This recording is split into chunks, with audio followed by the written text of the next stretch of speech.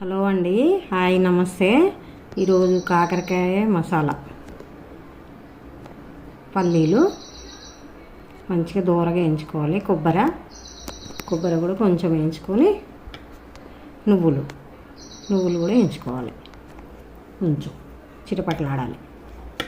చిటపటలాడంగానే తీసేసి చల్లగైనాక మిక్సీ పట్టుకోవాలి. కరిమాకు కూడా కొంచెం డ్రై అయితే టేస్ట్ వస్తుంది.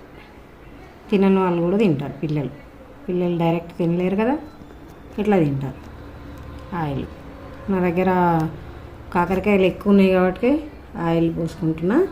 క్వాంటిటీని బట్టి పోసుకోవాలి.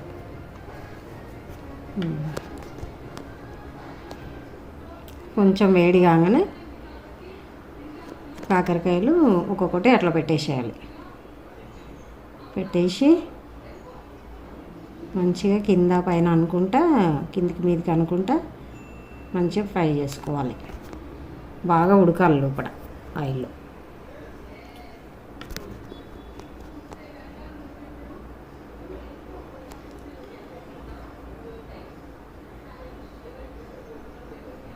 పల్లీలు, కొబ్బరి అన్నీ మిక్సీ పట్టేసుకొని, కాకరకాయలు నా దగ్గర ఎక్కువ ఉన్నాయి కాబట్టి కొంచెం ఎక్కువనే తీసుకున్నా. కాకరకాయలను బట్టి తీసుకోవాలి. ఎల్లిపాయలు ఎంత ఎక్కువ వేసుకుంటే అంత మంచిగా, క్వాంటిటీని బట్టి వేసుకోవాలి. నువ్వులు అన్నీ కలిపి మిక్సీ పట్టేసి తగినంత సాల్ట్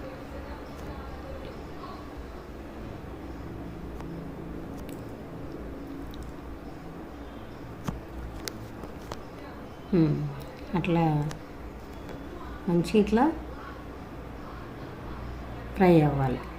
కారం సరిపడా కారం మనకి ఎన్ని ఉంటే అంత.